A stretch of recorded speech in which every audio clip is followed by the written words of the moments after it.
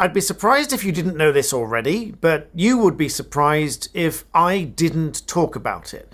Spotify's head of podcast innovation, Bill Simmons, has labelled Prince Harry and Meghan Markle as, quote, effing grifters in one of his latest podcast episodes.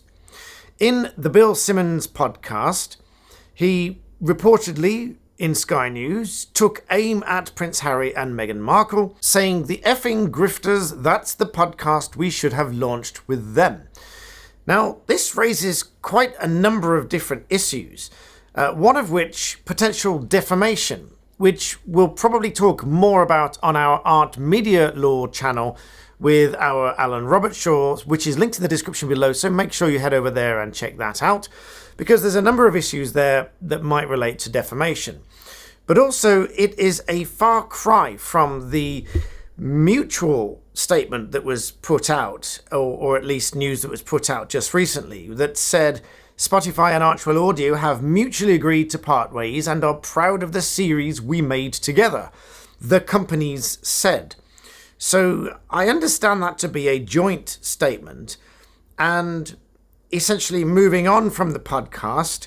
If you're not familiar, it's been about 9 months since Meghan did the last episode, and she did 12 of them, I think, as against thousands of episodes that other creators have done with Spotify, and all part of the same podcast. So one may question how many she was supposed to do and whether the productivity was such that it should have been. You might also catch another video I did about whether either of them can sue each other. I'll link that in the description below. But let's talk about the term grifter itself, first of all, because this is bandied about quite a lot on social media. And dictionary definition of it says a person who engages in petty or small-scale swindling. Now, that is obviously a phrase used to accuse somebody of doing something dishonest, which is why I always take issue about anyone calling any YouTuber or YouTube channel or any creator a grifter if they talk about issues that they then go on to promote their channel for, because ultimately that's just the same as a news company making stories or talking about some news. Yes, they might do that with their own personality, their own spin and twist. Mine is predominantly legal and usually neutral on this channel. Some of my own opinions over on Black Belt Secrets. So if you want my own opinions that have nothing to do with law necessarily, you can see those on Black Belt Secrets, linked in the description below. But to label someone as dishonest, I think itself is a bit disingenuous. Unless there is more to it that we don't know. Which, that's the way I think as a lawyer. There is always potentially something about it that you don't know. As the saying goes, there's always two sides to a story. Well, in law, there's normally 30 or 40. I'll give you a little side story. When I first went to do some legal experience, mini pupillage, we call it here, was many, many years ago now. When I was about 16, I went to a barrister's chambers in Birmingham, and the barrister there said, "You've heard the phrase, there's two sides to every story." I said, "Yes, sir." And he said, "Well, read these witness statements," and put on the desk about 50 witness statements from a large-scale event that happened in Birmingham, and then tell me what you think. And I came out of that thinking, wow, there's 50 sides to every story, because everybody saw this event from a very slightly different perspective. So before you jump to conclusions on anything like this, just remember that there may well be a number of different perspectives on all of this. But it does make you think about what really went on behind the scenes, because I don't think that somebody high up in Spotify would have made that comment lightly. And for fear potentially of defamation, and I'll defer to our other channel, Art Media Law, like I said, linked in the description below. Go and subscribe there and wait for that video to come out, because I'm going to tell Al that we have to do this together, because Al's our defamation specialist. So we'll talk about that there. What I want to talk about in this video is a question that lots of people have brought up, which is, have they been paid out all of the money, as in Prince Harry and Meghan Markle? Have they been paid the money for this podcast yet? If they have, can it be clawed back for any reason? And if they haven't been paid at all, can Spotify be forced to pay it all? And the truest answer, as always, is it depends. It depends on the contract. but I can tell you with a near certainty that it is highly unlikely that they would have been paid the whole amount up front, because that is just not how these things typically work. Typically, they are paid in stages, and that is usually incorporated within the contract, and the contract will specify what, when, and how.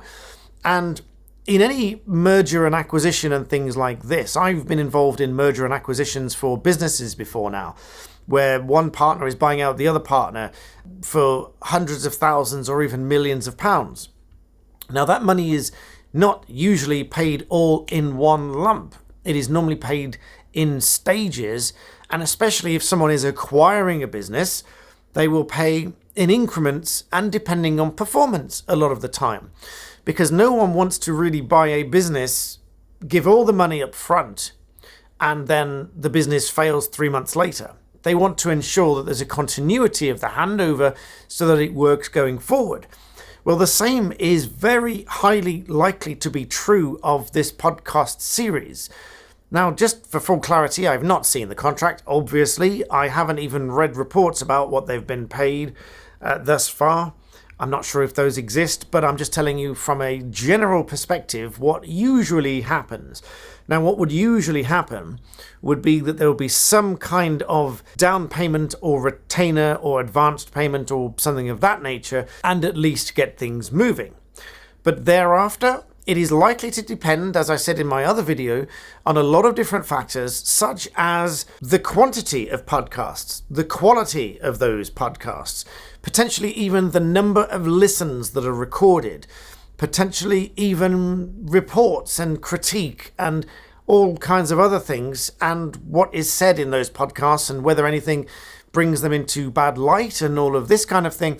So there's a lot of different factors that would come into play as to when and how much this money is paid for the overall deal. So in short, in my view, it is highly unlikely that they've been paid the full amount. It is more likely that there's a much smaller amount, and there may even be talk in the background of morality clauses or all of these kind of things as to what's happened since, and whether Spotify feels that they've been brought into a bad light because of the negative publicity, which no one can really deny, and whether that's triggered any events in the contract. Again, more about that in my video linked in the description below. So anyway, that was just a brief video to address the point, because I think there's a lot to unpack there. There's a lot of uncertainty, and to use a phrase which is potentially defamatory unless there is some truth behind it, or of course unless it's just some kind of opinion or whatever.